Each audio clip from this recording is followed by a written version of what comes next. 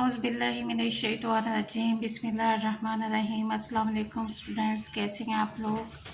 जी उम्मीद है आप लोग खैरियत से होंगे। जी आज का छोटे बच्चों के लिए लेक्चर जो है हरूफ तहज्जी में हम लोग पिछले लेक्चर में सीन शीन स्वाद ज़ाद को पढ़ा था और आज हमारा लेक्चर जो है वो है तोए ज़ोए या त्वा ज़्वा आइन आइन।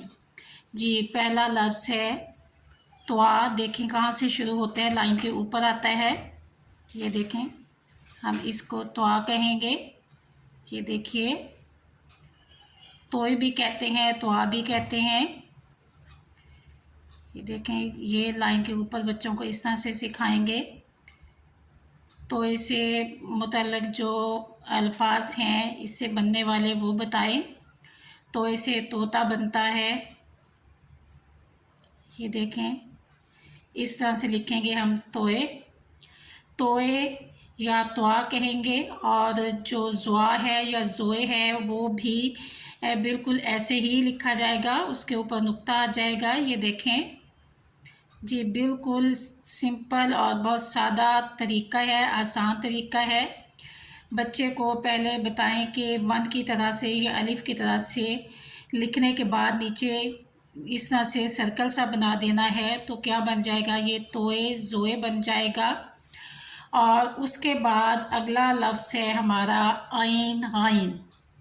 जी ये आधा लाइन के ऊपर कुछ हिस्सा होगा और कुछ हिस्सा जो है वो लाइन के नीचे आएगा। देखिएगा किस तरह से मैं लिख रही हूँ, इसी तरह से आप बच्चों को बताइएगा। आइन, ये देखें लाइन से ऊपर शुरू हो रहा है। ये देखें, देखें आइन। आइन से ऐनक बनती है। ये देखें, आइन से औरत, आइन से ऐनक। और बच्चों को पहले बताएं छोटा सा ऐसे सर्कल बनाना है, फिर उसको आपने ऐसे बड़ा कर देना है। ये देखें, आइन जो है वो कैसे लिखना है। ये देखें, फिर उसके बाद आएगा गाइन।